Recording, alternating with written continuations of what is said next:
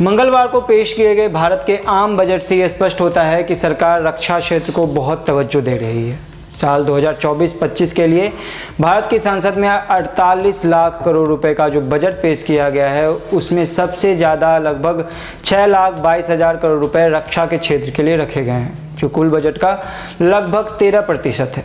दुनिया भर में रक्षा मामलों पर नज़र रखने वाली संस्था Stockholm International Peace Research Institute यानी सिप्री की ताज़ा रिपोर्ट के अनुसार रक्षा पर सबसे ज़्यादा खर्च करने वाले देशों में भारत चौथे नंबर पर है। पिछले 5 सालों के दौरान भारत दुनिया में भर में सबसे ज़्यादा सैन्य साजो सामान खरीदने वाला देश है।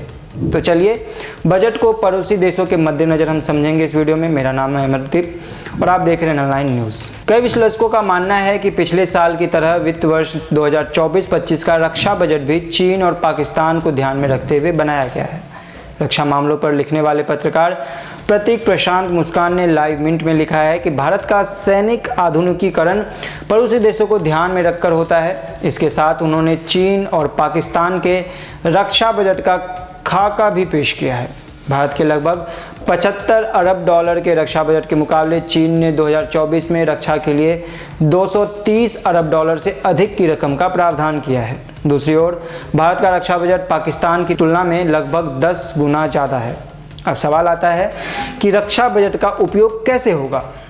रक्षा मंत्री राजनाथ सिंह ने इस बारे में सोशल मीडिया प्लेटफॉर्म एक्स पर अपने संदेश में जहां वित्त मंत्री निर्मला सीतारमण का शुक्रिया अदा किया, वहीं इस रकम के इस्तेमाल के बारे में भी जानकारी दी।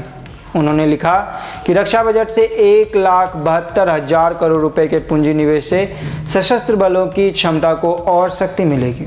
सरकारी सूचना एजेंसी PIB के अनुसार भारत की प्राथमिकता रक्षा बलों का आधुनिकीकरण है और इसके लिए कैपिटल हेड के तहत बजट में दी गई राशि वित्त वर्ष 2022-23 के वास्तविक खर्च से 20.33% ज़्यादा है। चलिए एक बार बजट का विश्लेषण कर लेते हैं। हालांकि भारत में यह आम राय है कि देश के रक्षा बजट में इजाफा पाकिस्तान और चीन को ध्यान में रखते हुए किया गया है ताकि सैन्य आधुनिकीकरण को बढ़ावा दिया जा सके।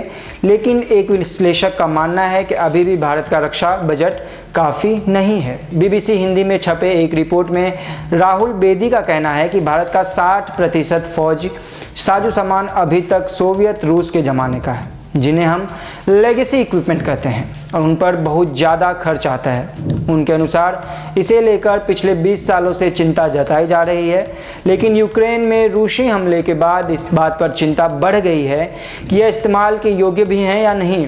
यूक्रेन के साथ जंग में रूसी हथियार बहुत कारगर साबित नहीं हुए हैं। तो आपकी क्या राय है इस विषय पर, हमें कमेंट करके ज़रूर बताएँ और बाकी की खबरों के लिए देखते रहिए ऑनलाइन न्यूज़। धन्यवाद।